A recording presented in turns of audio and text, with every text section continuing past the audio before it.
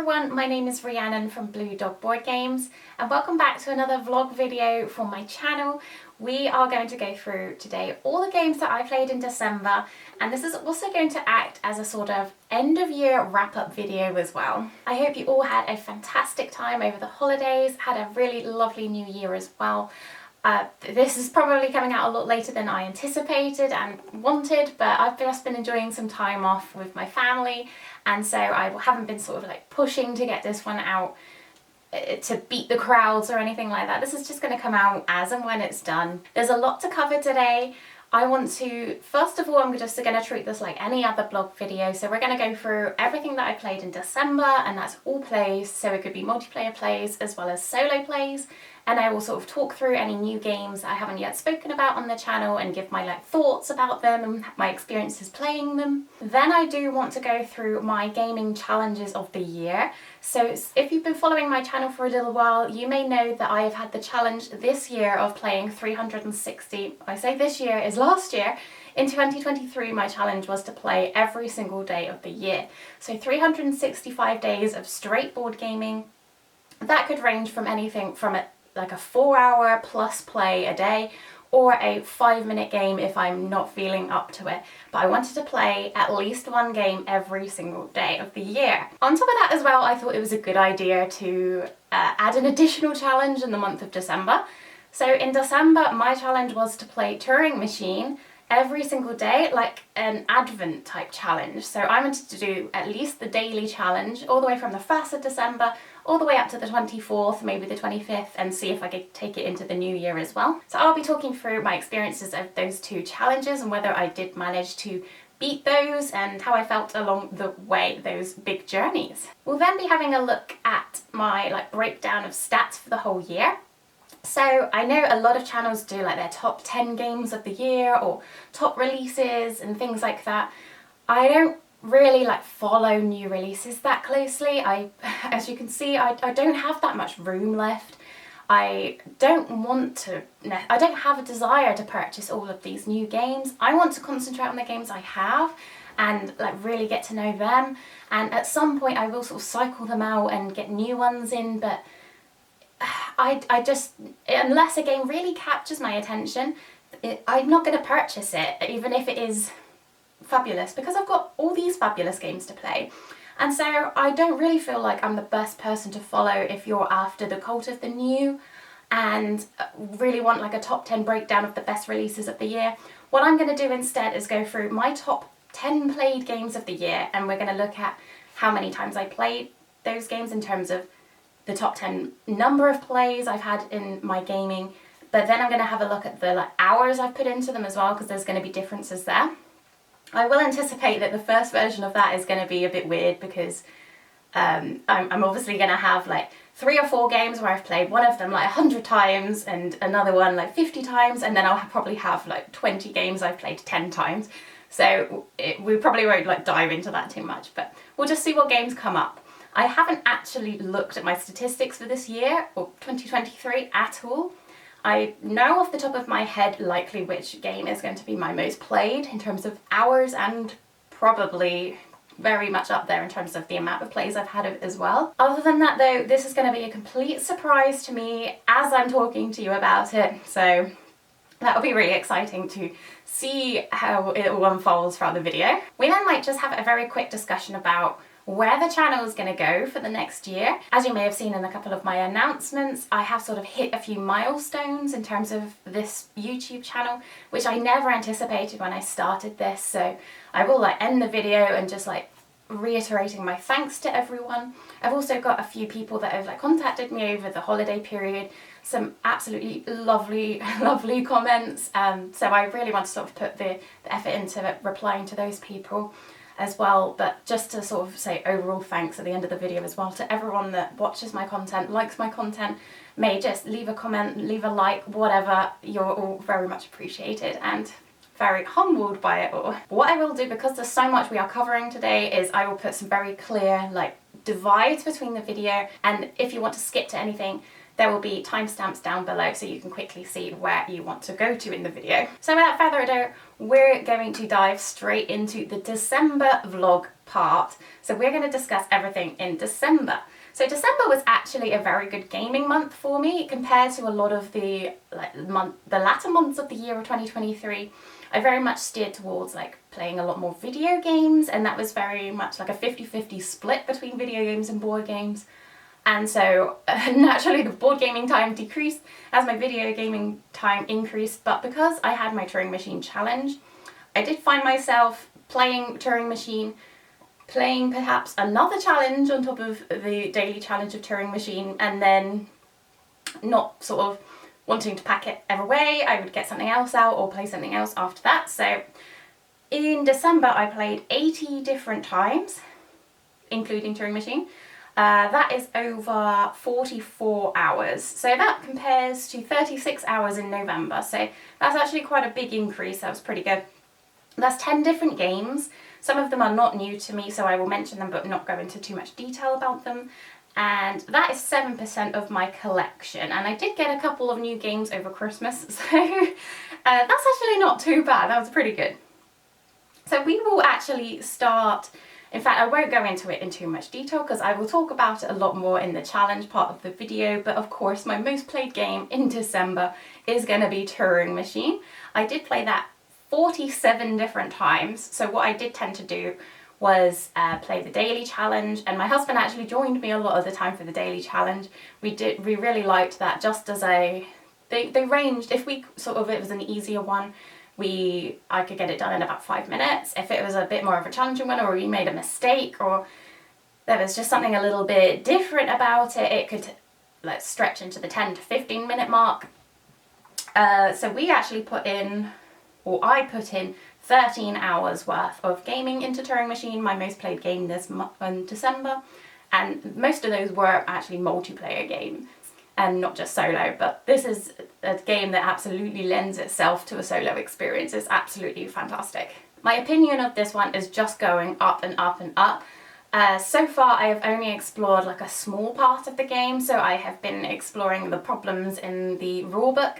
I have found that a lot of them are on the more simple side, so I have therefore progressed to the app, or it's like the website you can go on to generate new problems, and there's millions of them on there. What we've been intending to do is do the daily challenge, and then you can explore like the classic mode. But I've just stuck with the classic mode because they have a classic mode, I think it's extreme mode and nightmare mode, and they become a lot more challenging because they don't necessarily give you the correct answer cards with the correct criteria you're checking against. And I can't even fathom how my brain would start to work that out. So at this moment in time, my sort of difficulty level is very much at the classic mode on hard, with 5 or 6 modifiers or verifiers. I really enjoy those because that definitely takes a good 15 to 20 minutes to sort of get your head around it. You've got to be careful to not make mistakes because it's quite easy to make mistakes with these, and it's very satisfying to get that code at the end of it. This game is just so much of a shock of how brilliant it is. I don't even know how they designed it. It's fabulous, but the amount of variability and difficulty of this is just so approachable to everyone.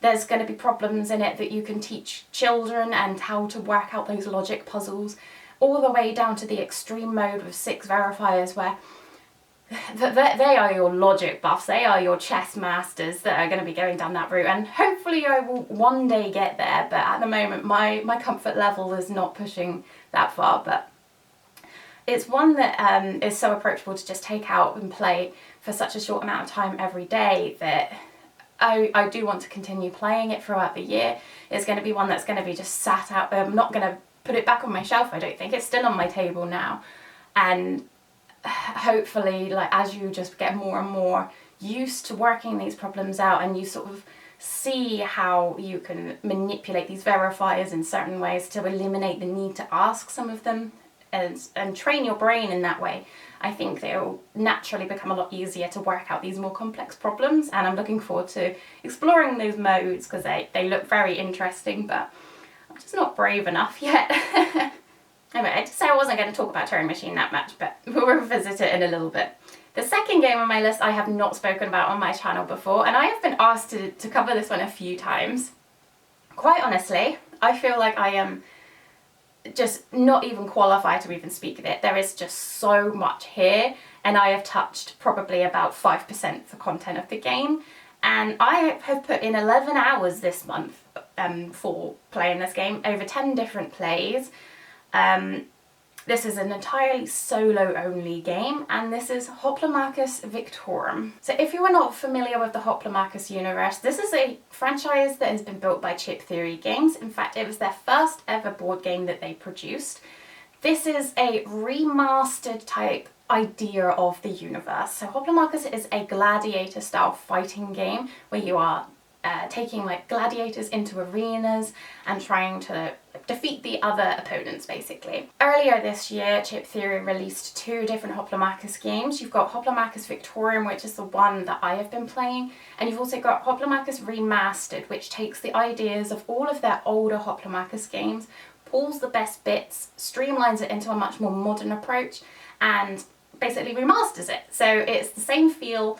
I've never played the old games, so I can't tell you how much it feels like the old games, but from my understanding, it's taking all of the base ideas and just streamlining it and polishing it into a better experience all round. Hoplomachus Victorum is a slightly different experience where you are a solo hero.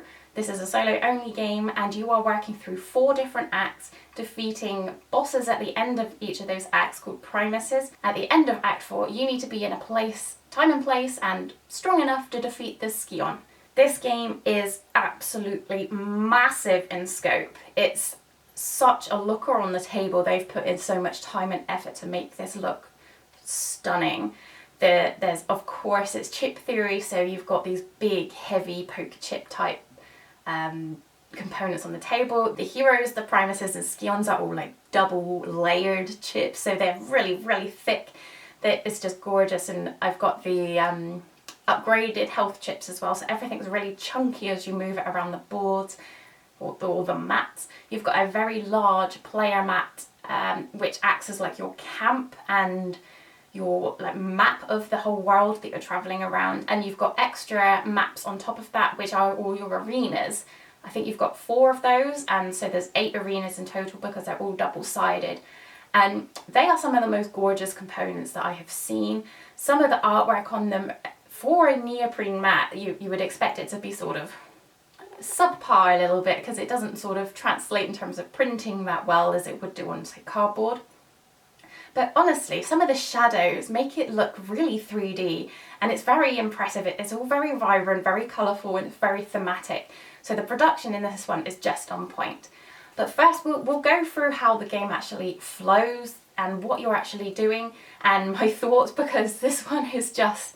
My thought process has changed quite a lot, I think. I played this one initially when I received it in January of last year, and it didn't see the table again until December. Because the sheer scale of this game is just unlike anything else in my collection, I think, honestly. During these acts, you are travelling around this map of the world, visiting different areas of, like, different regions, and you will be fighting units local to those regions. Each region also has like an arena that you visit, so it's very region specific as to how the opponents are going to be, as well as the arena setup and your sort of targets in that arena. You will be facing different challenges, so every time you like move around the map, you will visit different areas of these regions, and that may include like sporting events that you compete in.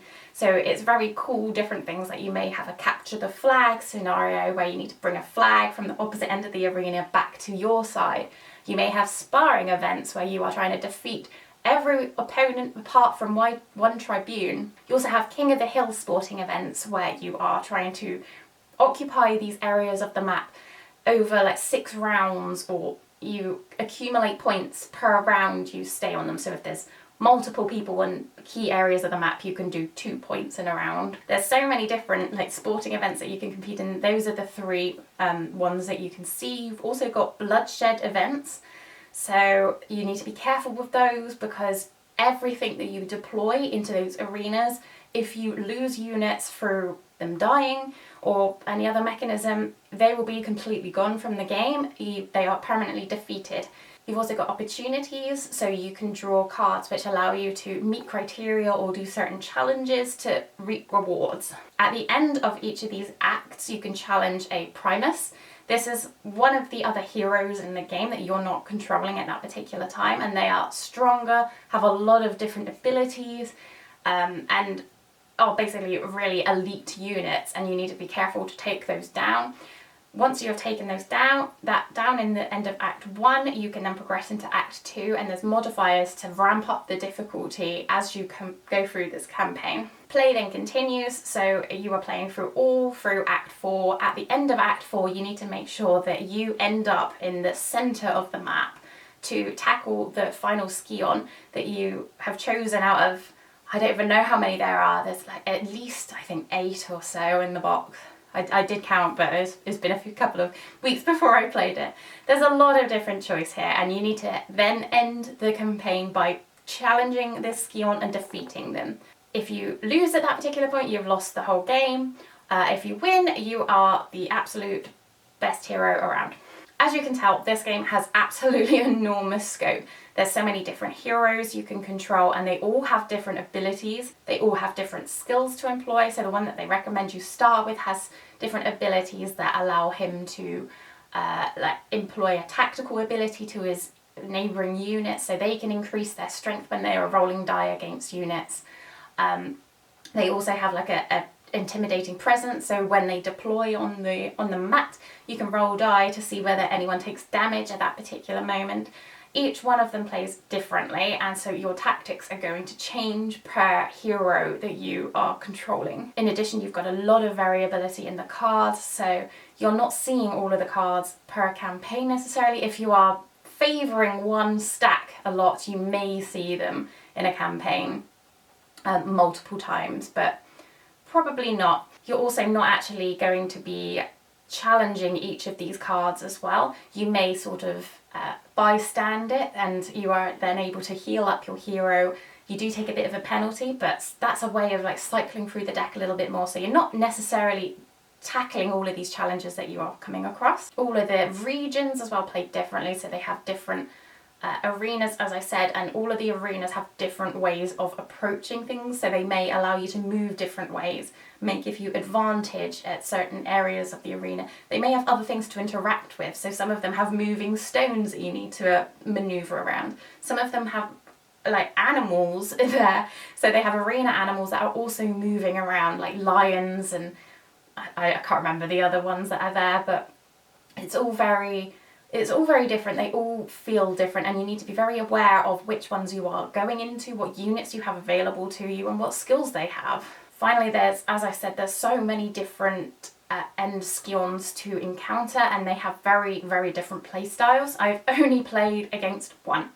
So as I say, I don't feel comfortable like saying too much about this game because I just don't feel like I've explored enough of it yet. The combat in this game is very much like dice rolling. So it does like play into the luck a little bit. There's not too many ways to like offset that necessarily, but it is sort of balanced out a little bit because the opponents are rolling the same sort of die against you, and they don't have any way to necessarily offset that. You're also rolling the die against them, and you don't have a way to necessarily offset that. There are ways to offset it a little bit or increase the strength of your die, so the number of successes you'll have, or even the number of die you may like roll for your hero.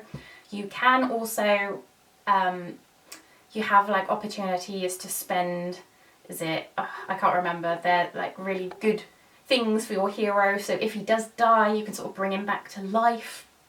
So there are ways to sort of keep the momentum going, but this one definitely does have a reasonable amount of luck in it. So let's go into my thoughts on this game. Where do I even start?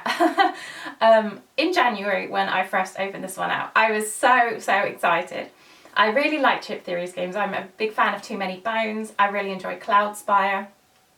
So Hoplomachus I was very excited to get behind because it was bringing their original game, which, you know, basically got the interest of the company going to begin with, and remastering it with their new, you know, their new cash injection, so they could put so much more effort and time into enhancing the components, enhancing the gameplay, and polishing everything with their newfound knowledge of how people are enjoying their games. And I really appreciated it when I first played it. I thought I was quite amazed by how much stuff there was. It was a very challenging game, but I did quite like that loop of learning how everything was going. It's definitely a game, if you are familiar with Chip Theory's games, these are not light entry-level games. These require an awful lot of effort on your part to play. You can't just deploy units and hope for the best. You need to be very aware of all of their skill sets, and you have a double-sided A4 sheet of plastic. It's actually all plastic, there's no like cardboard and stuff on this game. You have just the double-sided A4 sheet of skills with a whole description of how they all are utilised. And each of your units may have different skills, each of the opponents may have different skills, and so you need to be very much aware of what is going on. Everything's situational as well. You can, you know, use your tactics to move around the board in certain ways, interact with objects that are around the arena, as well as manipulating the skills to the best of your ability. So this is a big, heavy game in terms of scope and strategy. So I was very impressed when I first took it out. I think I played through one entire campaign, you know, also playing like a few acts here and there just to sort of try and simulate what I was doing to learn the game a little bit more. And then unfortunately, like, you know, naturally it had to go away. I wanted to play something else, and I also played Remastered at the time, so I haven't revisited Remastered, so I will not talk about it here today. It's definitely one that's on my radar to replay again very soon. I took this one out again, and I think my thoughts on it have changed slightly, but I still feel like I need to inject at least another 50 hours into this game to really sort of get a real feel for it. This game is a huge slog. It's a slog, and I like big chunky games, but this one, maybe my gaming experiences have changed quite a lot. Naturally they have, because my channel, I'm trying to make a lot more content for my channel than I was this time last year. And so I have a lot less time to play one game. I don't tend to focus on one game. I try to cycle through a few of them. Maybe that's why, but this one I feel is too long. I was trying to play through, I had the idea of getting it out and playing through a whole campaign. I got halfway through Act 1. Granted, I was relearning the game, and it took me 3 or 4 days to go through Act 1. And yes, that was sort of step by step, going through each of the individual like sporting events, trying to make sure that I had the rules correct.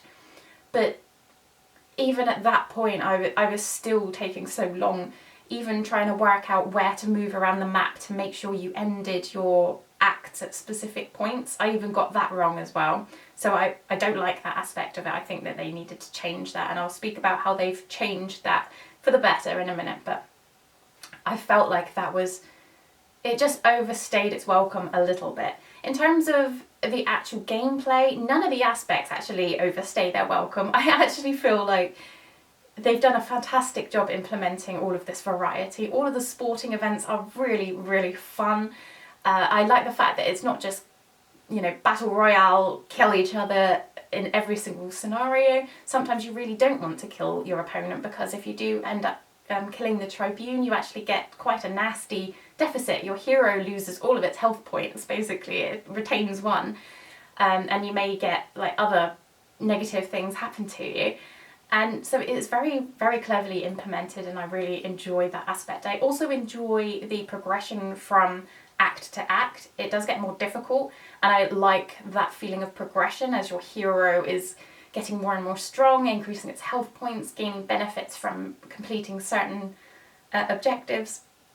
It's a really good feeling seeing that progression system and seeing how that all unfolds from act to act. But I just feel that playing 4 of those acts back to back, so it could be, I could be sitting here for like 2 weeks playing this one game.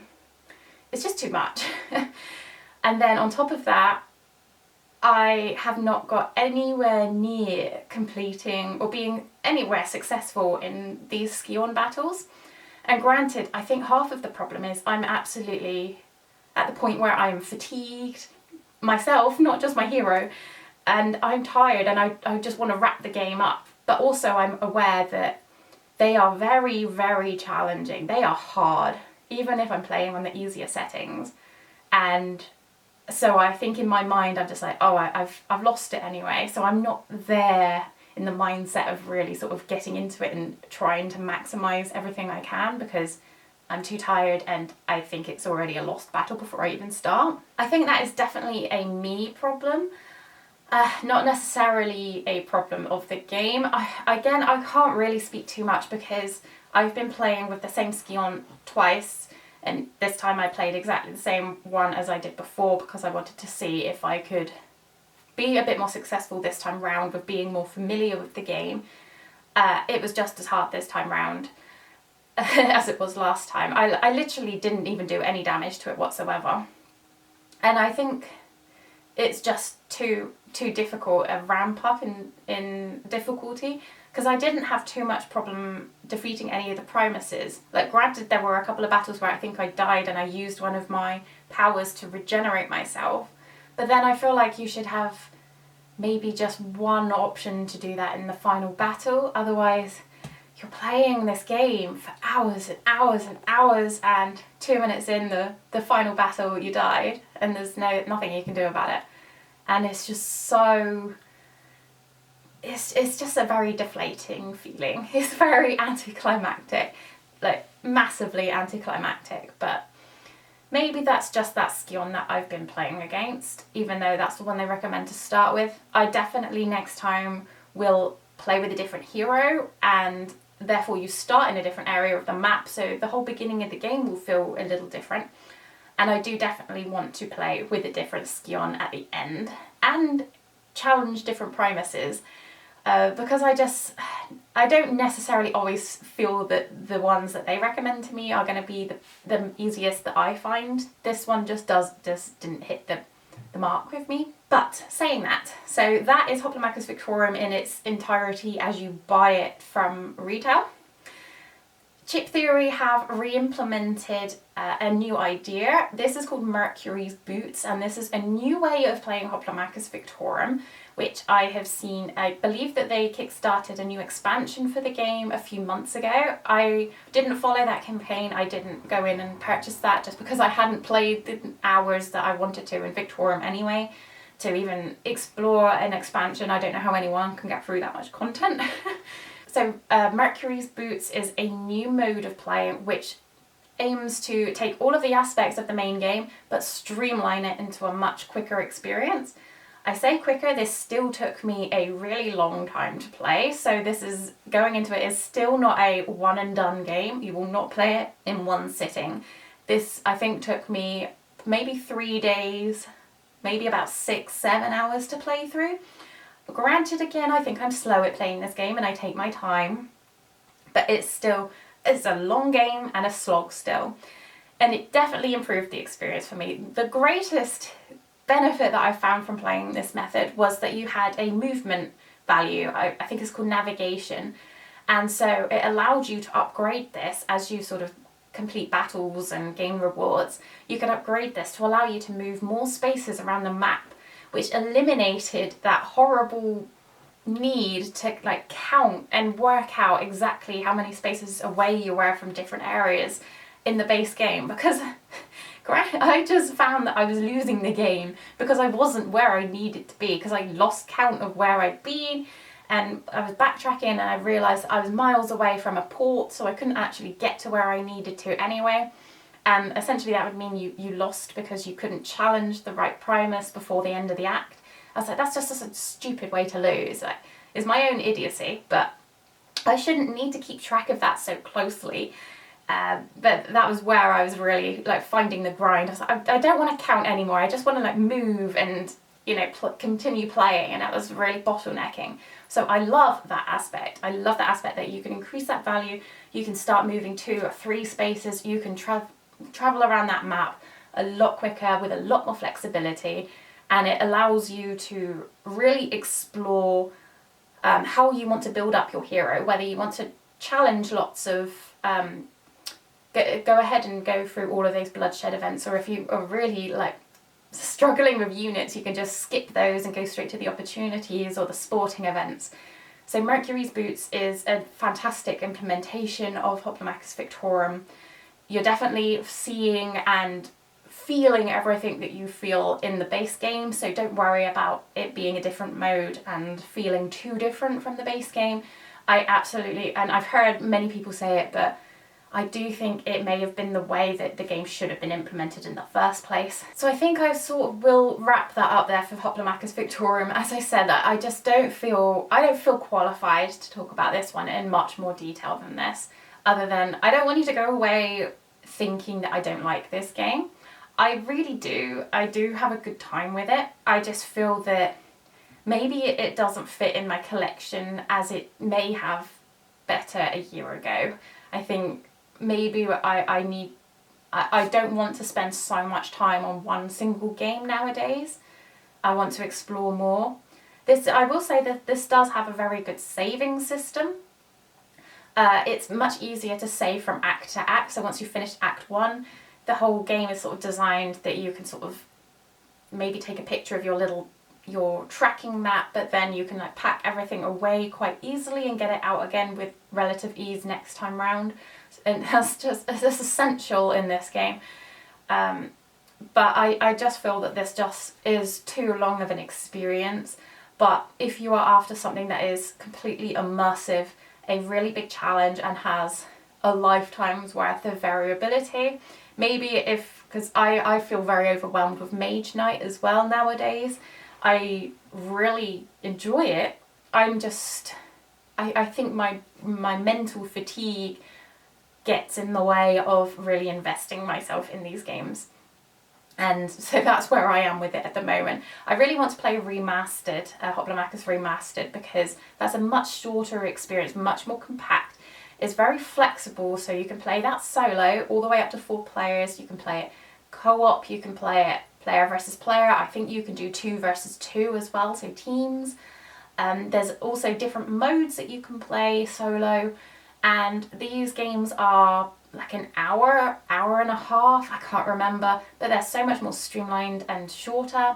I also was successful at challenging a few of these like bosses, so maybe that's the game for me rather than Victorum. But as I said, at some point, and I'll discuss this maybe at the end of my video about how I want my channel to develop, or I don't even know how I want it to develop, but ideas I may have.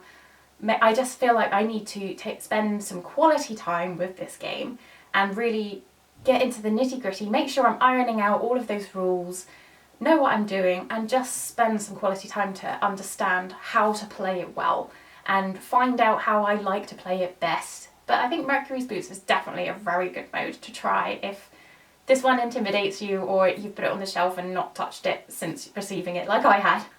I feel quite breathless now. So that is Hoplomachus Victorum. Really, really fantastic game, and an absolute triumph of a production. It's just one that is a very much lifestyle game, and I just don't know where I stand with them now. My next game on the list is one that I have spoken about multiple times on the channel, and I have a playthrough of this one, and I'll link that one down below. Stardew Valley, the board game. I played that one 11 hours in December, 9 different plays. One of those was multiplayer as well. Honestly, like, I won't go through like my favourite games of the year or anything in this video, because maybe I'll mention a few of them, but Stardew Valley is honestly one of my favourite games of the year. I love it so much. It makes me so happy. Just looking at the box makes me very happy. Thinking about the gameplay makes me very happy. It's such a beautiful, positive game, and it's just the right amount of challenge and the right amount of predictability, and yeah, it's a great one. I'm really enjoying it. The next game on my list is one that I was very kindly gifted over Christmas. It's a Christmas present, and I've played that one 5 times in December, over 3 hours, so it is a smaller box game.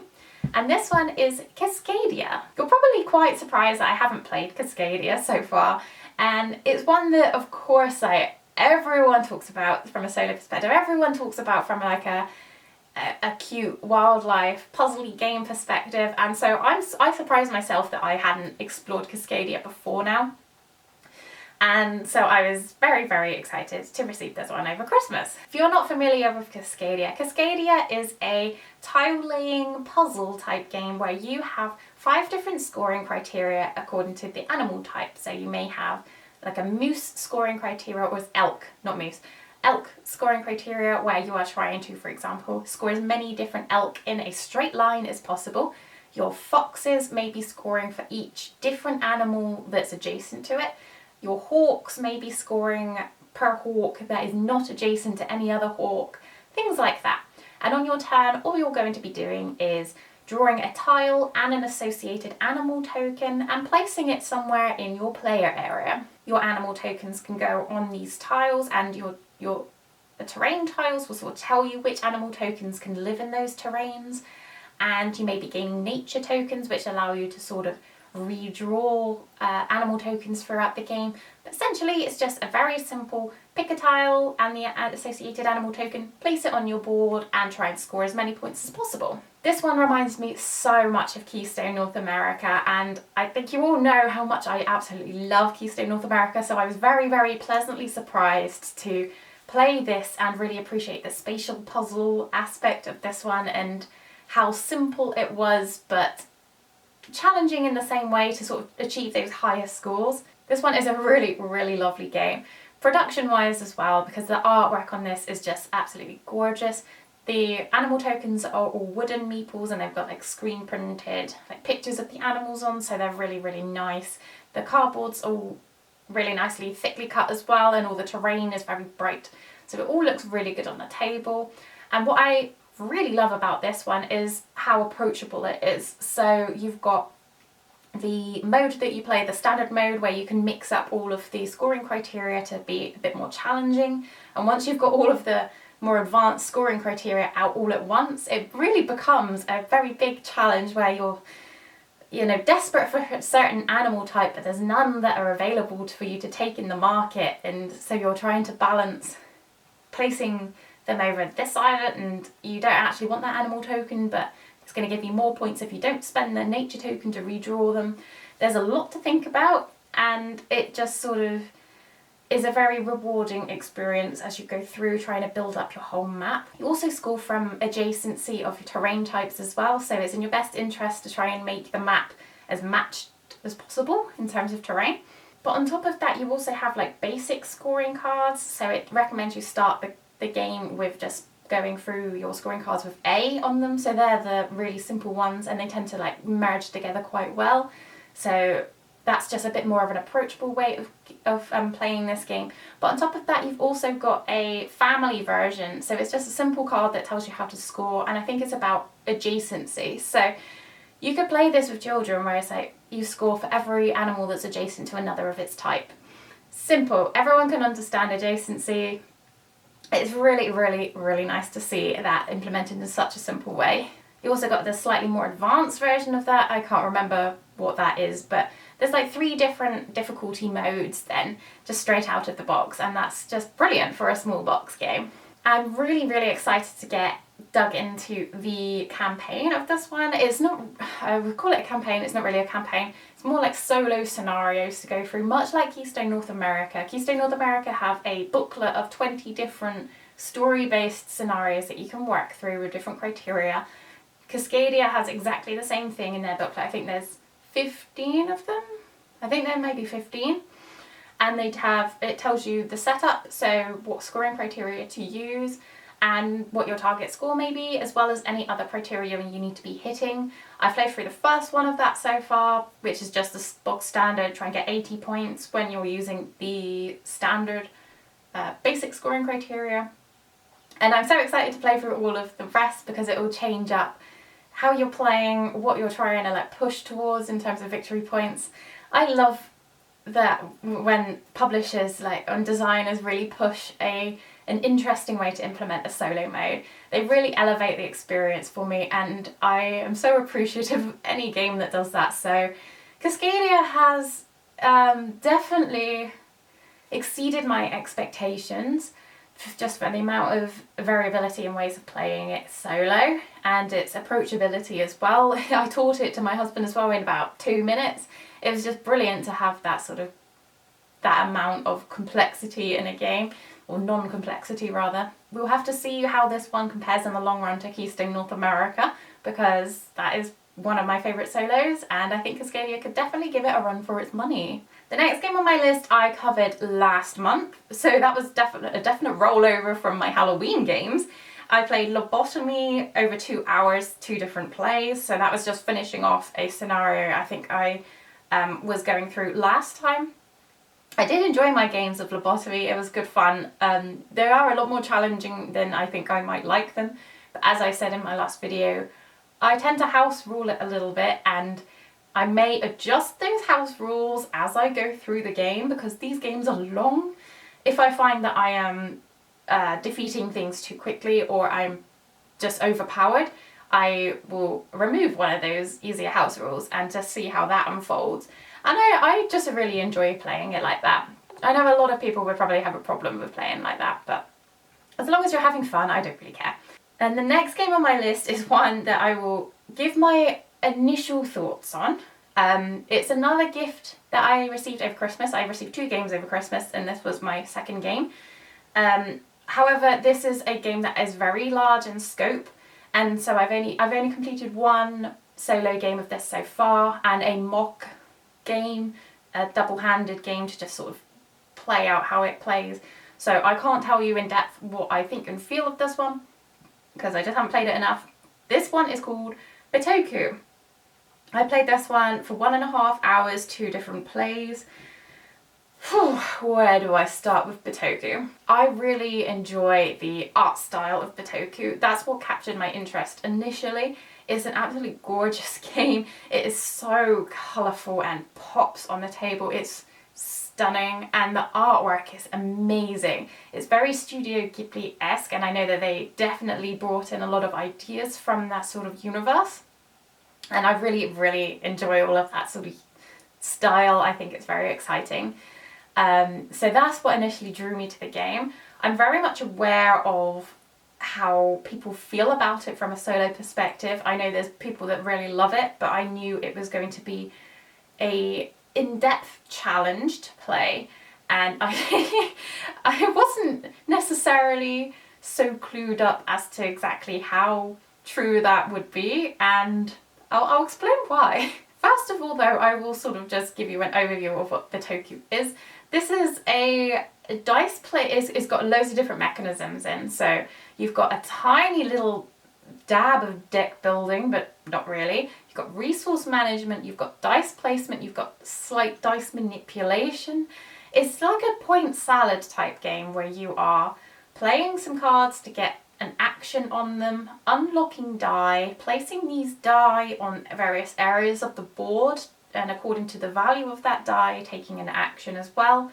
You can then move these die to the area beyond the river to take other actions which allow you to gain more cards into your hand, progress along pathways. You can also take pilgrimages with your pilgrims and gain victory points that way, or gain certain bonuses.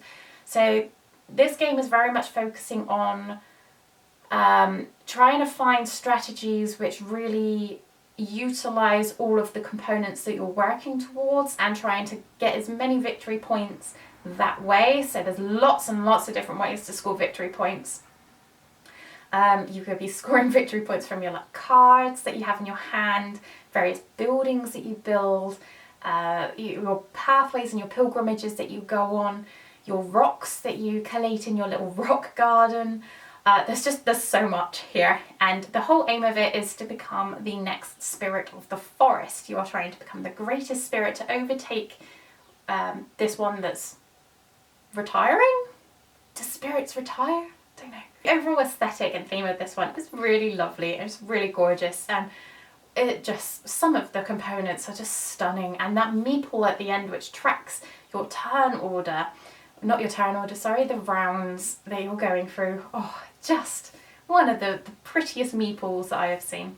Anyway, let's talk very briefly, because I haven't explored it that much, about the solo mode in this one. As I said, I've played this one through once, and it's taken quite a long time, so yeah, a long time to play. In this game, you are playing against a very, very sophisticated bot. So it is I would argue, probably the most sophisticated automa that I have ever seen in a game. You are, on the turn of the automa, you are rolling some die, and these die then determine which card it's selecting to be the active card. You are then looking at this active card and resolving one of the actions down an entire A4 page, steps A to L. So you need to check step A, does it meet these criteria? No. Proceed to step B, does it meet these criteria? No. Keep going down until you find, up to step L, one of these options that it does satisfy. So it may be something like it's got one unlocked die and the area that's represented on its card is available. So be like, yes, okay, found it. That doesn't stop there then. Then you've got to have a look at what it's doing, and that may be drawing some cards, it may be placing your die in that area and resolving all of that action, it may be spending resources, rolling more die, and there's so many things it's doing, and they're not always intuitive. I think it's starting to become more intuitive to me, but on the off, there's no sort of detailed explanation of how to read these cards. So it took me a little while to sort of realise that the bottom half of the card was trying to explain what the action was, of what the automa was doing when it was taking the action in the space it just placed the die. But it doesn't always take the action. So you can't just look at the card and automatically know what it's doing. You need to have that rulebook in front of you the whole time. So this game, I really enjoyed my play of it, I will say. I did enjoy it. It was good fun. But I did spend more time deciding what they were doing, which definitely takes away from my experience and my strategy. I'm not entirely sure that I played it correctly. There's a few things that I didn't quite understand, and there's just some rules that you're like, one of the things it was talking about, is this location that's represented on the card available?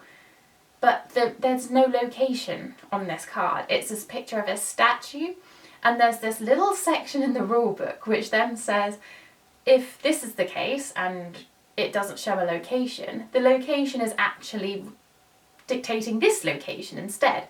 So I'm like, well, how am I meant to know that? Am I meant to just remember that for the whole playthrough? Am I meant to remember that 3 months later when I get this game out again? There's no logic there, and I just think that maybe this game is very much overcomplicated it when it would have played so much more smoothly and better. Just get rid of all of that gump and just take a little automa, draw a card, and it does this action. However, I don't want to say that at this point, because I very much appreciate the time and effort that is taken to develop a complex automa, which then gives you a very competitive, lifelike experience of playing against somebody else. It's just one that you absolutely have to really put that effort into learning, and it's never going to be easy to run, and it's never going to be intuitive. But it definitely has run smoother the more you play it, of course, and it's not as bad as I originally thought. Looking on Board Game Geek as well, there's definitely people that have very kindly implemented slightly different modes that are streamlining the experience and re-implementing it in different ways. So if I find that I don't get along with this one, there's lots of different options for me to explore. On top of that as well, I have found an app that looks to be very promising in terms of getting rid of a lot of the admin around the solo mode. So next time, hopefully I'm playing this one again today or tonight. I'm going to play with the app and see what that's like. I won't give you the link or anything, just because it might be awful. I don't think it will be, just in case. I want to revisit this one in my next vlog video, because this one has a lot of scope and a lot of things to talk about, I feel, and I was quite overwhelmed and intimidated by the solo mode. Rightly so, anyone would be. It's the biggest solo mode I've ever seen. But I definitely see where it's going and what it's trying to attempt to do. And it was very challenging. It beat me by like 40 points last night in my game, so I've got a long way to go. Again, there's difficulty settings, so there's different ways you can make it harder and easier for you. So what I think I might do is, I wonder if the app actually has a way of playing easy. Probably not. So I think I'll stick with the normal difficulty and see how the app plays out. I want to make sure that I'm cross-referencing the app with the booklet to make sure that they're the same and there's no rule differences. Why do things not print out solo player aids? You need the rule book in front of you the whole time, and you're skimming left, right and centre to the back of the page where it's called the TAC, the Tengu activation cycle. You need that printed separately, but it's not.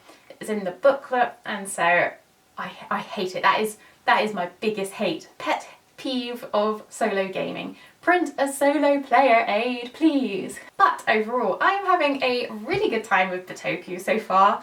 It's just one that you definitely need a cup of coffee beside you when you are playing. Alright, so we're going to move on to my next game on my list. This is a game that I have spoken about on one of my it was a top 6 list, but top 5 list of family games. This is a game that I played with 5 different players. I played it just twice for 10 minutes. We all had a bit of mulled wine by that time, and it was late at night, later in the evening, and we all wanted to get home, but we just cracked this one out for a good 10 minutes of fun. This one is Ghost Blitz. If you are not familiar with Ghost Blitz, this is a party style game which gets very chaotic.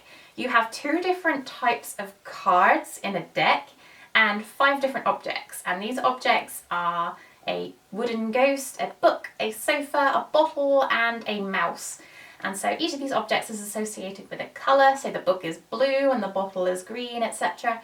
And the deck of cards shows you some of these objects, and some of them may have the correct object with its right colour, like the white ghost sitting in a pink chair, or it may have all of the objects in the, let me get this right, is it like all of the objects represented in the wrong colours bar one that's the right colour?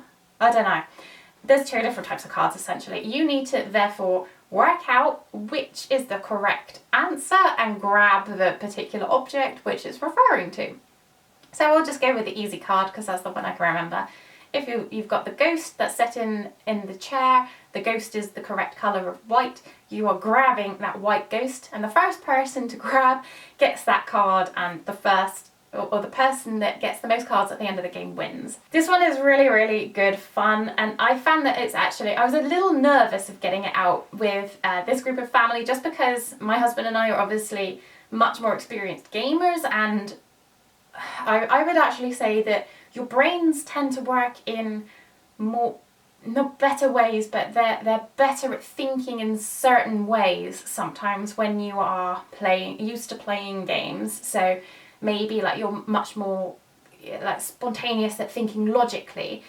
But this game lends itself that it works in a way that I think that everyone's brain is not quite used to playing in or working in, or it is just so abstract and you don't usually see that in any other game. So it was actually very equally spread across all of us, and we all had a really good time. So this is playing with people that never play board games at all essentially, and we were able to sort of set it up and explain it within 2 minutes, and we were all playing and have a really good time. It gets very chaotic.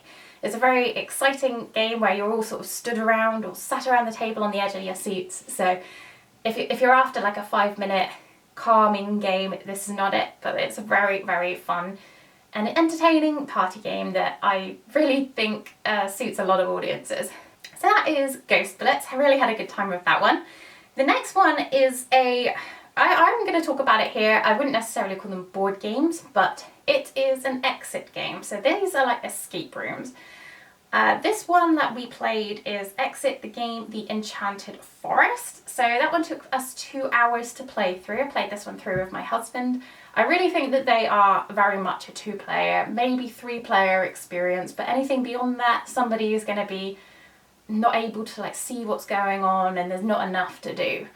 But as a two-player experience, it's really fabulous, and I was really charmed with the theme of this one. Basically, these are escape room type puzzles in a box. You are solving riddles, cutting bits out, tearing things apart, rotating things, turning the wheels to try and crack codes and progress through the booklet until you reach the end of your story. This one was like an enchanted forest theme, so it had lots of fairy tale characters brought into it. It was very charming, and it was just a really, really fun, lovely experience. Initially, I've done 2 of these exit games now, and initially I'm not somebody that likes to destroy components. I went into these thinking, if we're really careful and we really make an effort, we could probably get away with replaying this one with a group of different, or handing it over to somebody to have a new experience with it. Like 2 minutes into the game, you realise that that's not going to happen. To really experience these ones properly, you do need to really get stuck in and get those scissors out and tear and poke things through, and you need to really get destructive with them. And so they are a one and done experience.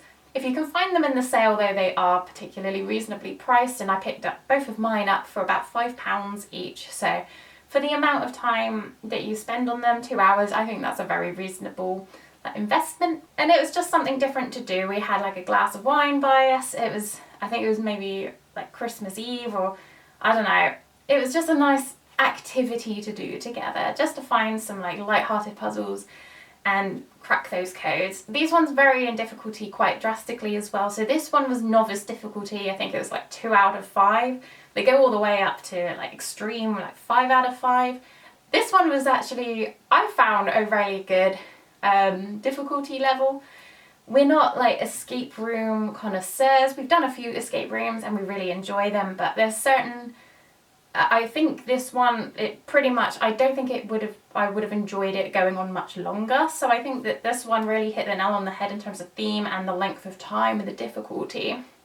The one we played before was the next level up, I think, and I enjoyed that one a little less. But yeah, these ones are really, really good fun, and I would recommend playing them with family. It's a really good time. And they also have a clue system as well, so if you are struggling to know what to do, they have multiple clue cards that you can read to give you some hints.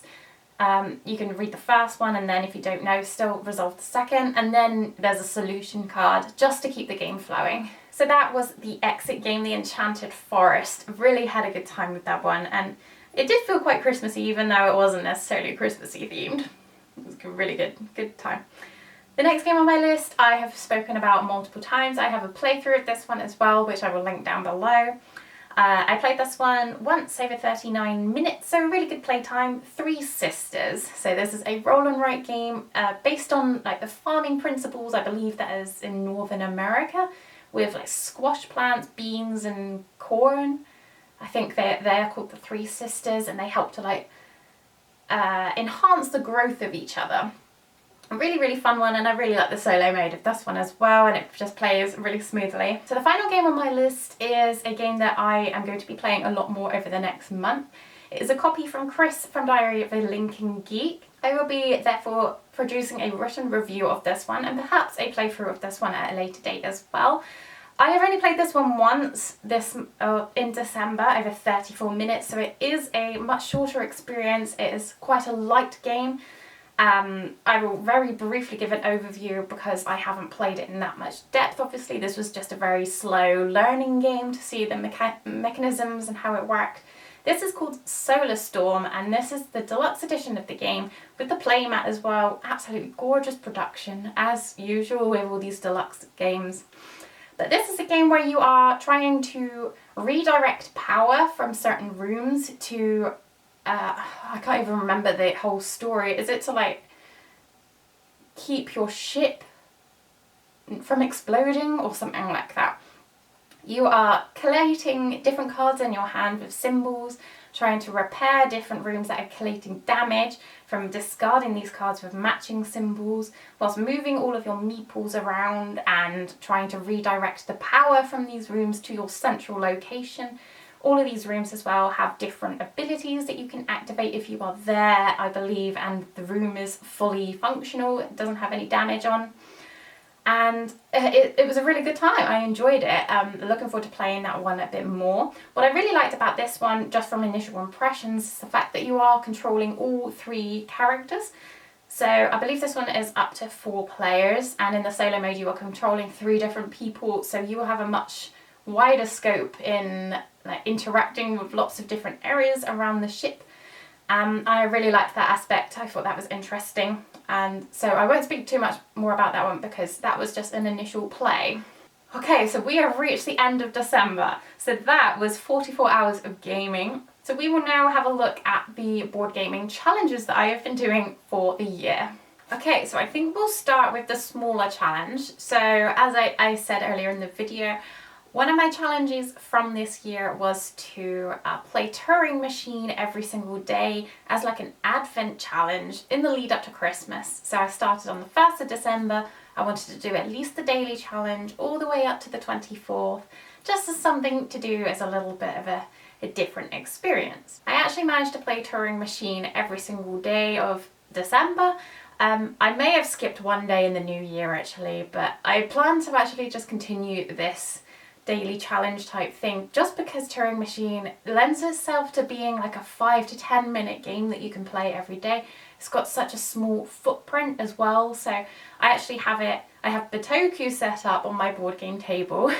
Like in the main part, I've got Cascadia shoved in a corner to just get out and play sporadically if I don't want to play a heavy game like Bitoku. And I've also got Turing Machine also tucked away in a second corner, so I can start my evening off with a bit of Turing Machine. I have found through playing this challenge that the daily challenges do tend to be on the easier side. They're very much a like warm-up for me now. They definitely weren't that easy when I first started playing Turing Machine, so don't go diving into the hard modes if you're very brand new to the game. It's definitely a little bit of a learning curve just to sort of get your brain working in that particular way. But so I think now if I'm playing Turing Machine, I will go straight into one of the hard modes. Not hard modes, sorry, the classic mode, but on hard, just to sort of get that going, and they offer the right amount of challenge for me at the moment.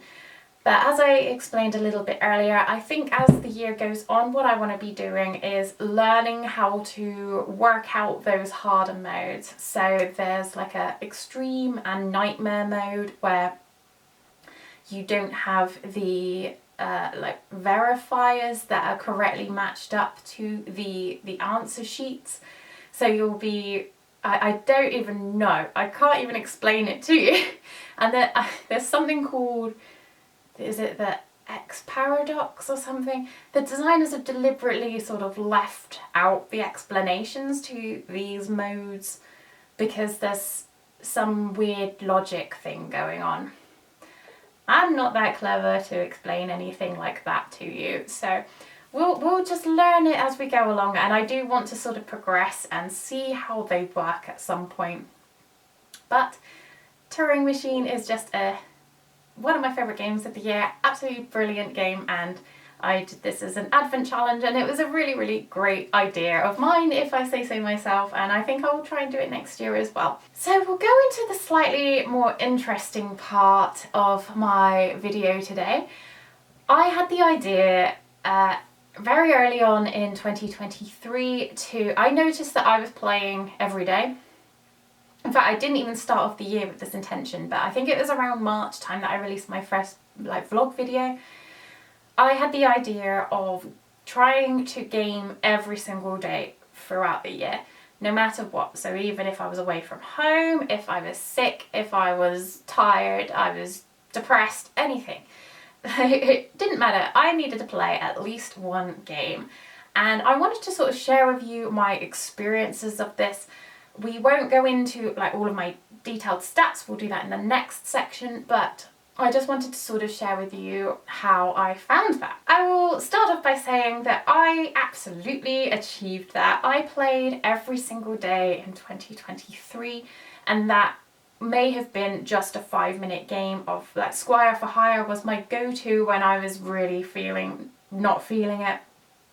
In fact, I actually exceeded 365 days, and I will cut the video here to actually find out how many days consecutively I have now played.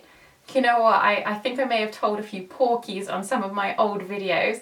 I thought I played every day from like September, October time in 2022, but I missed 2 days in between like October and December.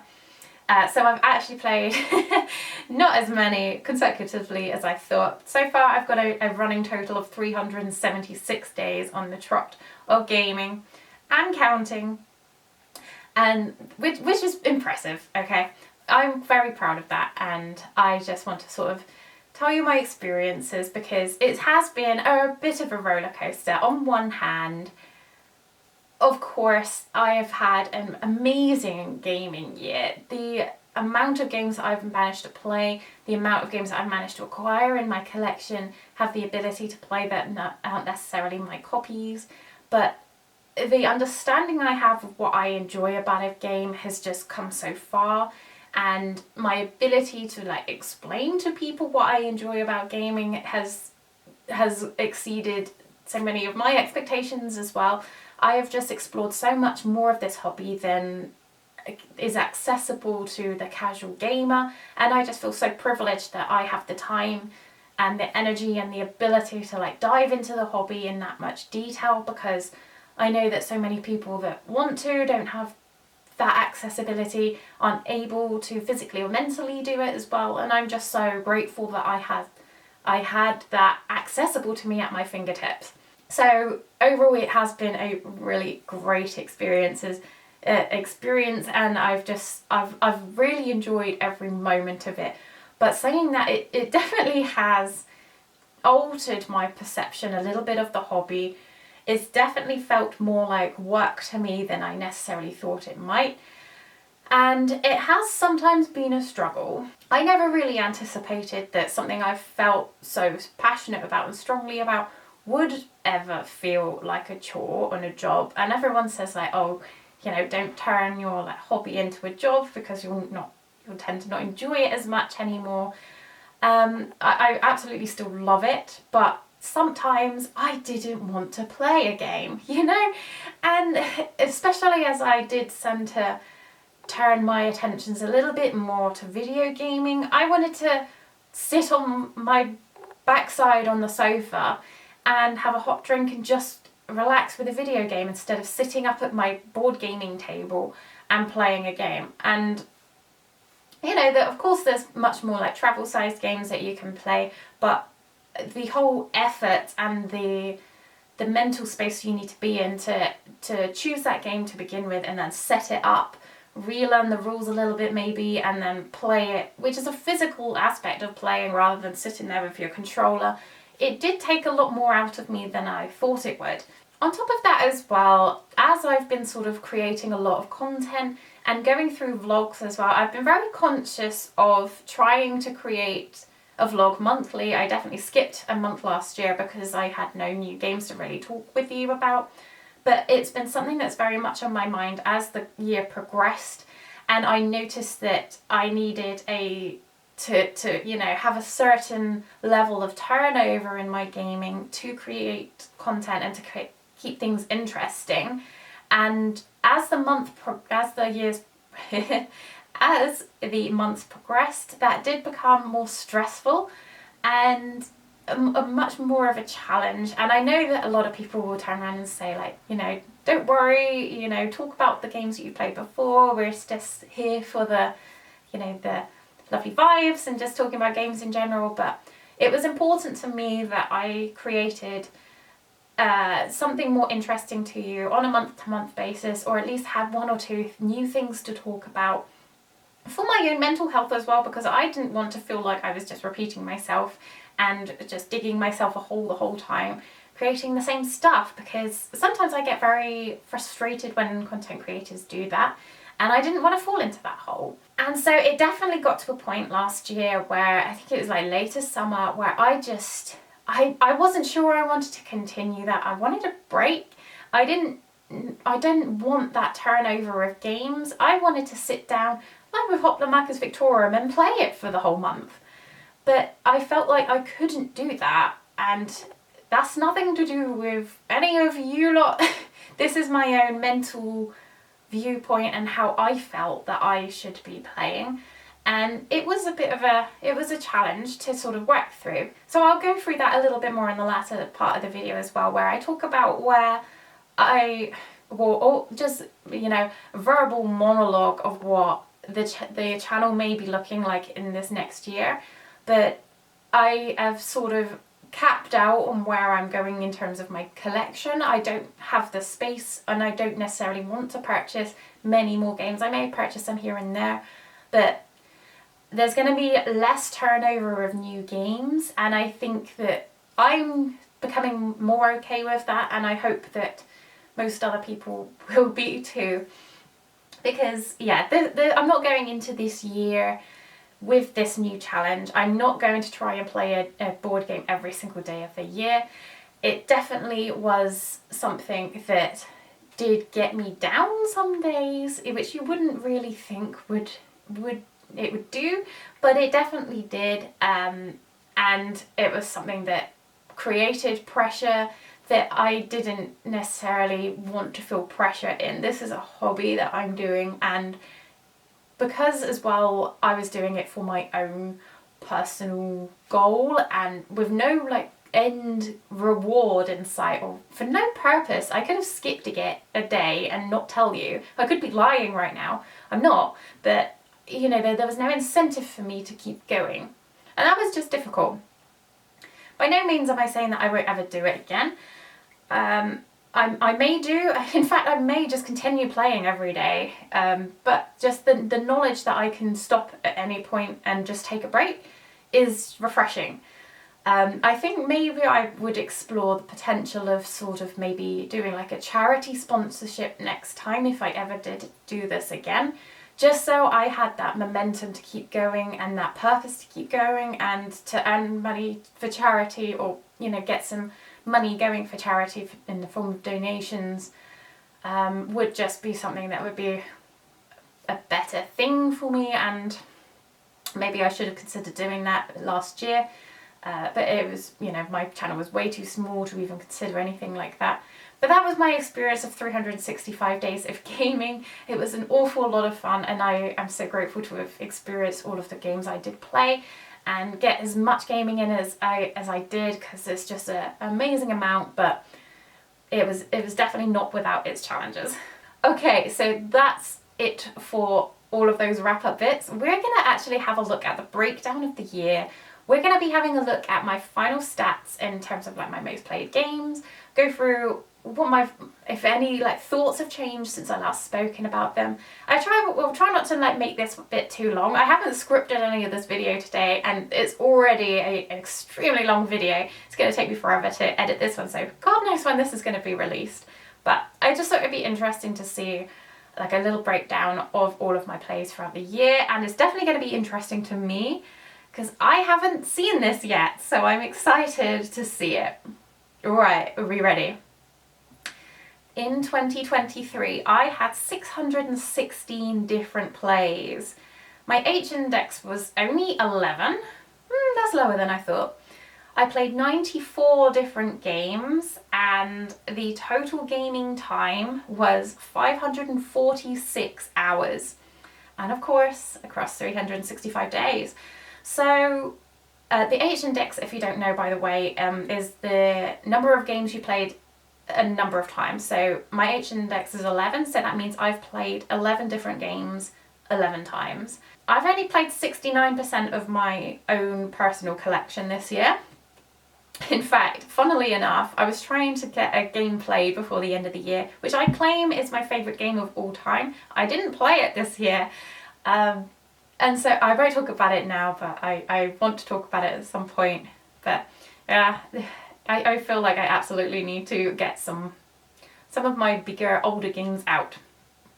Anyway, so let's have a look in terms of time played. Interesting. So we're going to go through my top 10 games in terms of time breakdown, what I played. So of course, this is not even a shock to me. I absolutely knew this was going to be number one, and I'll try and put this in a graphic or something. I don't know how I'm going to do it when I edit, but we'll see. We'll do a breakdown of the pictures later. But Frosthaven is my #1 played game. I've invested with my husband, and this is solo plays as well, 121 hours of gaming into Frosthaven in 2023.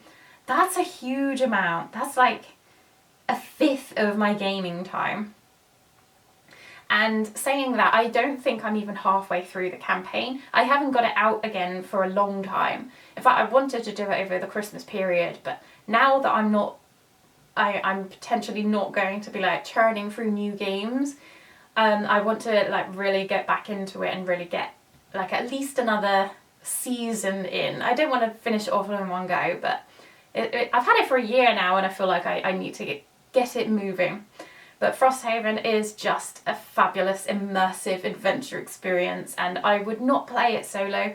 I think I'm pretty much done maybe with the solo experience. I have no desire to go back to it. It's challenging, there's a lot of setup, and it's just much more fun two-player. And we've been double-handing it, and it's just great. The next game was Hoplomachus Victorum. I'm actually quite surprised at that. I didn't think I'd played that much of it, but that's a huge drop. So 121 hours in Frosthaven, 25 hours for Hoplomachus, which was quite a surprise. Zoo Tycoon comes in at #3, so it won't be any surprise to those that watch a lot more of my channel, because I've put out more content on Zoo Tycoon than I have any other game. Zoo Tycoon was one that I highly anticipated in the last year, and it did meet and exceed my expectations. I know it doesn't have a huge amount of love out there. A lot of people think it's very convoluted and overly complex and fiddly, and I appreciate those aspects of it. It's definitely complex and fiddly, but I like what it's doing, and it's very much a management style game. So I have a great time with it. I think it's great. The next game I am incredibly shocked at, actually. Turing Machine is #5.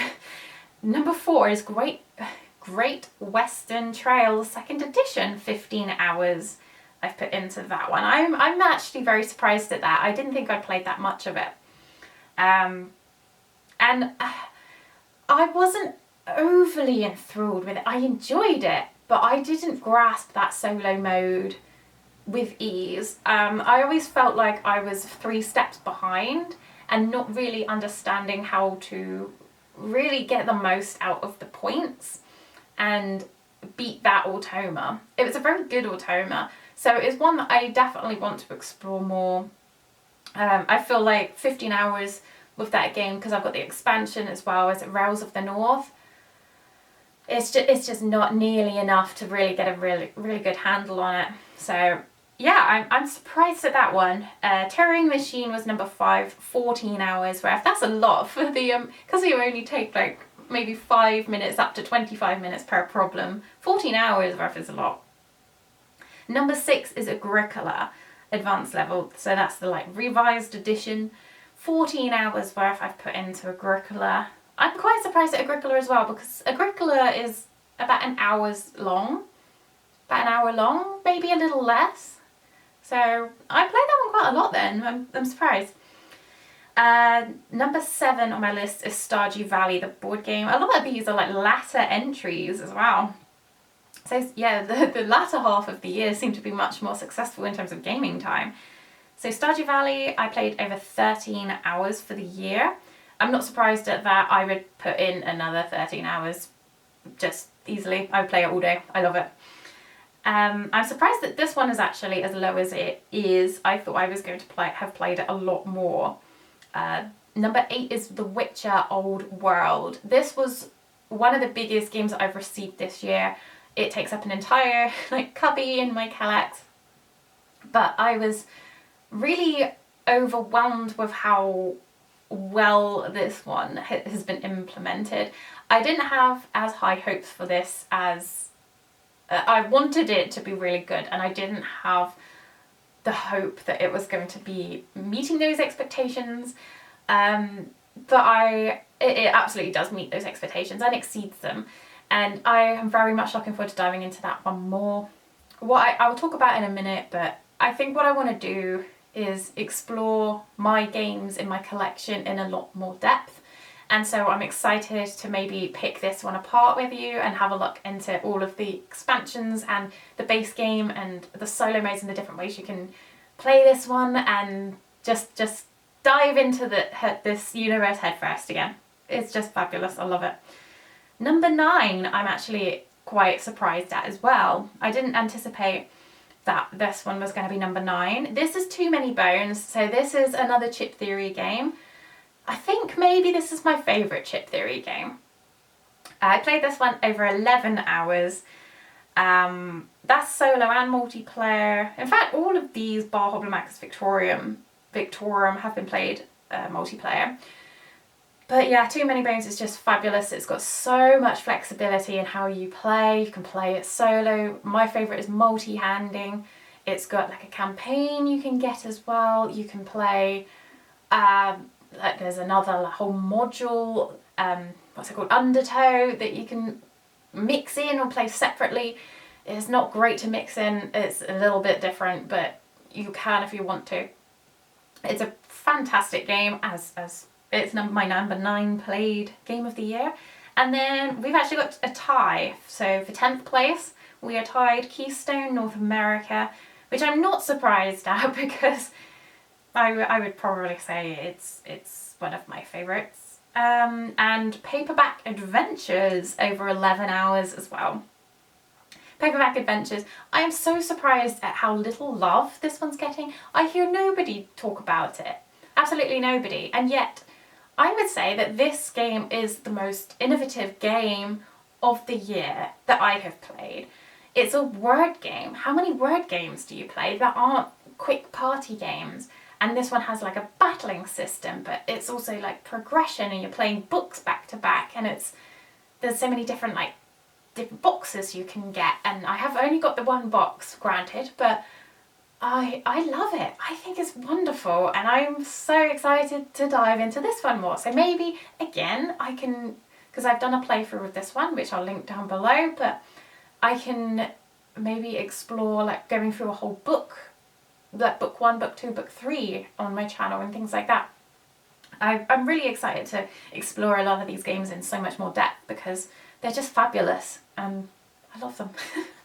Okay, so that is in terms of time that I've invested in the games this year. So we'll have a look how that compares to number of plays. I've just ordered it now, and actually I don't have too many, because I anticipated that I would have 3 that were like number 1, number 2, number 3, first place, second place, third place, and then all of them would be like 10 plays each of all of these, and so it wouldn't be very exciting, but no, it's all okay, it's all okay. Of course, Frosthaven is number 1. 96 different play sessions I've had of Frosthaven. So that's going to be my very first Century game that I've got on my app. Turing Machine's number 2. Played that 49 times over the year. Haven't spoken about this one yet today. My number 3 entry. I played it 20 times over the year. And it is absolutely my favourite, I think my favourite roll and write. I think I say that about every roll and write, so I apologise, but I like roll and writes. Ganz schön clever. Really, really amazing game. And I've played that 8 hours. That's a lot. Hoplomachus Victorum is number 4, so 18 different plays of that. When I say plays, like, I always tell it to like not count as a statistic for an incomplete play, but this is, I call, my plays are sessions. So if I sit down for a 5-minute game of Squire for Hire, that is 1 play. If I play an hour and a half of Hoplomachus Victorum, of course I'm not going to finish that game, but I count that as 1 play. I have invested my time into 1 session of that game. That's how I record it. The next one is a bit of a surprise to me, The Bloody Inn. I played that one 17 different times. Wow, The Bloody Inn. I haven't played that one for a little while now, but what a fabulous, fabulous game. I believe somebody actually recommended a different solo mode to me that somebody has implemented on Board Game Geek. So once again, hopefully I'll be diving into these games and exploring these all in a little bit more depth, because these are just, they're just too good to just put on a shelf and ignore and not explore these in that much detail. Keystone North America, 16 different plays. Number 7 is another roll and write, so cartographers. I definitely went through a phase this year of playing cartographers an awful lot. I rediscovered it, I would say, this year because it was shelved for a reasonable amount of time. And I re-brought it out again because I was like, oh, I need to find a new game to do a playthrough of. And wow, it's just so calming. It was a real comfort game to me, and really need to sort of get that going again in these winter months. Agricola is 14 different plays. This is a surprise as well. Number 9, my 9th most played game, is Isle of Trains All Aboard. I played that one 13 different times. That's not even my own personal game. It's one that I need to send back to Chris at Diary of a Lincoln Geek, so that's a surprise. I didn't know I played that one that much, but that's a really, really fun little small box train game. And finally, I have got a joint 10th place, so 12 plays each, Zoo Tycoon and also Final Girl. So Final Girl, I've got 2 boxes of, I've got playthroughs of them. One of them's definitely better than the other because my first playthrough has got quite a few rules, misconceptions and errors, but if you look through the comments, people have very kindly corrected those for me. So I've got Hans and Geppetto playthroughs of those. I think I haven't found the motivation to get Final Girl back out again. I enjoy it. I think there's a lot of setup and a lot of effort that needs to be put into getting this one going because it's spread out across different boxes and there's a lot of fiddly little bits you need to shuffle in and tokens to draw out. And I think for a game that can end in about 10 minutes, it errs into the anticlimactic and I can't be bothered to get it out space. I think I need to play it more. I did enjoy it when I first bought it and got it played a few times, and I want to experience that again, but it hasn't seen the table since the earlier part of the year, and I keep wondering why that is, and I think that might be why. So that is a quick summary of the games that I have played most in terms of number of hours and number of plays in 2023. I wonder if any of those are actually a surprise to you. I feel like I have definitely talked about those that appear on my list quite a lot.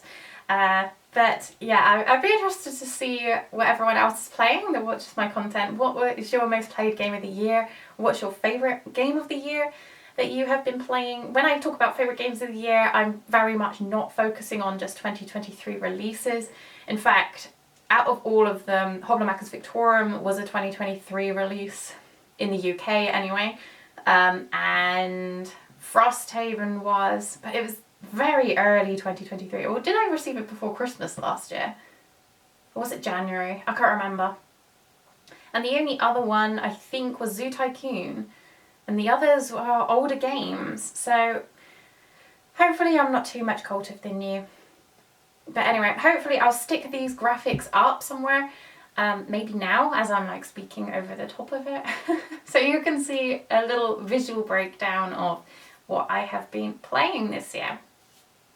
So I will just do a very, very quick summary now of like how 2024 is going to pan out, what my thoughts and feelings are on the channel going forward, and I just wanted to head up this section as well with, you know, like a massive thank you to everyone that has been following my content, has liked a video, has clicked on a video, has thought about clicking on a video, has, you know, watched anything or said a kind comment or in any way interacted, because all of that contributes to the community that we are building here, and I appreciate each and every one of you.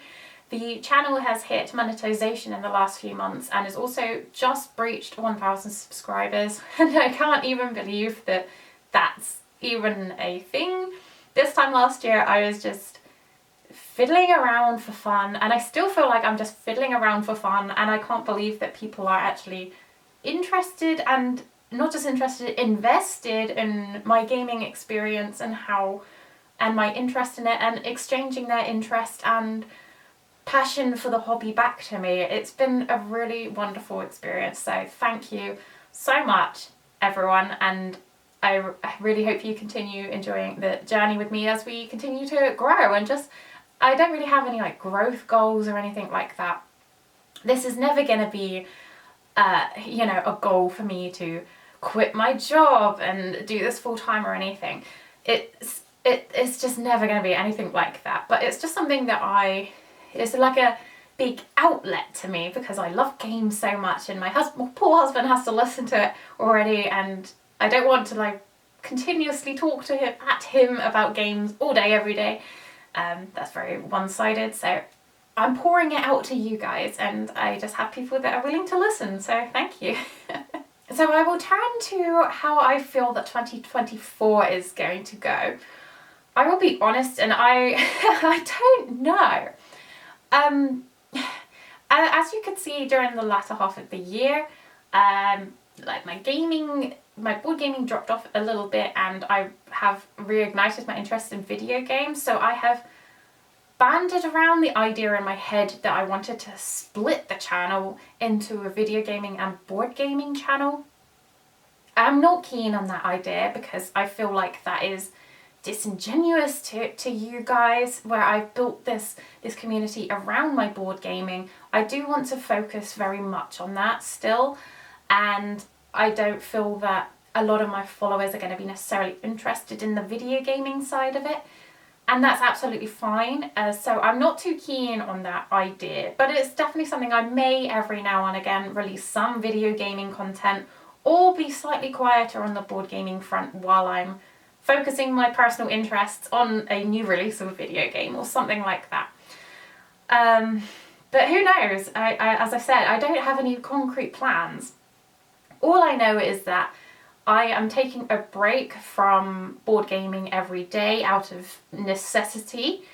I am continuing gaming every day, but I'm not going to be afraid of taking a break if I want it and desire it. So that basically means that I may take a slight change of approach to how I do blog videos. I may not release them every month. It may turn into a bi-monthly thing, just so I have more to talk about. I may have explored more games. I may have explored games I've spoken about before in more depth or in a different way. And it may just make for a more interesting video. I will see, because I anticipate that actually I may have quite a lot to talk about in January anyway, but it just may not be a monthly thing, and I will just put them out as and when I feel that I have enough interesting things to say. What I think may happen is I'm trying to steer away from what I don't personally like in content creation. I don't like fear of missing out. I'm really trying to stay away from big hot Kickstarters. I'm not a Kickstarter person. I definitely have backed a few, and I've got a couple this year that are hopefully coming that I will produce content on, because I love them and I'm excited for them. But all in all, I don't like that feeling and that concept, and I don't like it when content creators push it out and make people feel that they need these games. I don't have I'm in the UK. We have small houses in the UK. We don't have basements. We don't have big gaming areas. This is it behind me. This is all the space I've got, and I don't have the room for more games. I don't have the money to circulate through all of these games again. I want to focus as well on my relationship with Diary of a Lincoln Geek, where we have a good relationship going, where I am reviewing some of their games from a solo perspective, and they're very kindly also, if they're their own personal copies, have allowed me in the past to do playthroughs of their games. Some of these games are my own personal copies to keep, so I will have the opportunity to do playthroughs of them. So I do want to keep that relationship going and even expand that a little bit more and keep that more frequent. All in all, I think it all boils down to then is I don't want to feel that pressure to keep buying new games for the sake of the channel. And that may mean that I'm going to be focusing much more on my collection that I have, which will mean a more in-depth focus on certain games, I think, perhaps. This is just a verbal monologue, it's not set in stone. What I anticipate may happen is that I've got, for example, I have Cloudspire. I have never spoken about Cloudspire from my memory on the channel before, but it is a game that is huge. It takes me a long time to relearn when I get back out. I'm a little worried about filming it because it's so widespread and I don't know with my primitive camera setup whether it's all going to look okay in a playthrough. I don't feel like I'm that confident to sort of teach it in a playthrough because I'm not strategically good at this game. But if I took that pressure off me and actually took the time to invest in this one game for the month, I think the quality of the content I produce is going to be better, and it will allow me to invest the time into my personal collection and take you along that journey with me to enjoy the games in a much more like mindful way.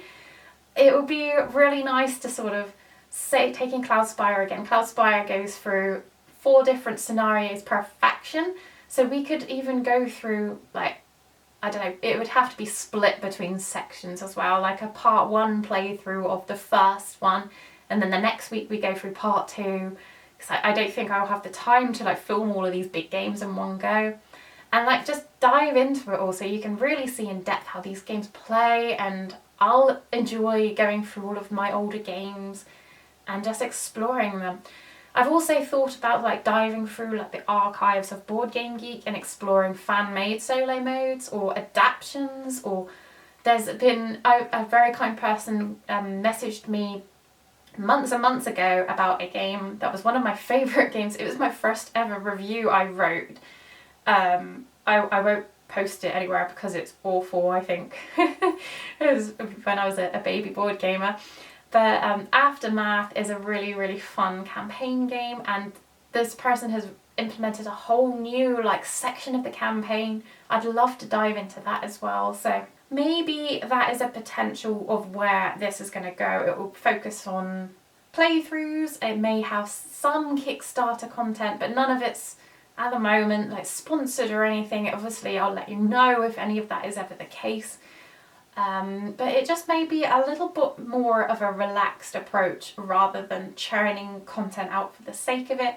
I'm going to focus on enjoying the journey, and I think that that will translate better to you lot, and hopefully you will enjoy more thought out and quality content, fingers crossed. But if you have any ideas of things that you would like to see, if there's any particular games that you know I have or have spoken about before, or that you are particularly interested in that you would like me to cover, or any ideas that you have for like extra content that I can create on the games that you've already seen that you would be really interested to see, I'd love to hear your thoughts down below, because as I said, like I'm really trying to steer away from what I don't like in content creation, which is producing content for the sake of it, and I'm not keen on that.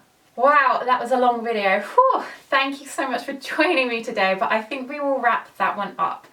And I will be seeing you again very soon for either a playthrough or a blog video for January. Haven't decided yet, expect it will be a playthrough. But I really appreciate all of your help and support throughout the last year, and I hope you are having a great new year so far. Thank you so much for joining me, and I hope you found this like breakdown of the year interesting. Let me know what your top plays and what your favourite games of the year that you experienced in 2023 have been, whether it is new or old. I will see you in the next video. Thank you so much. Bye bye.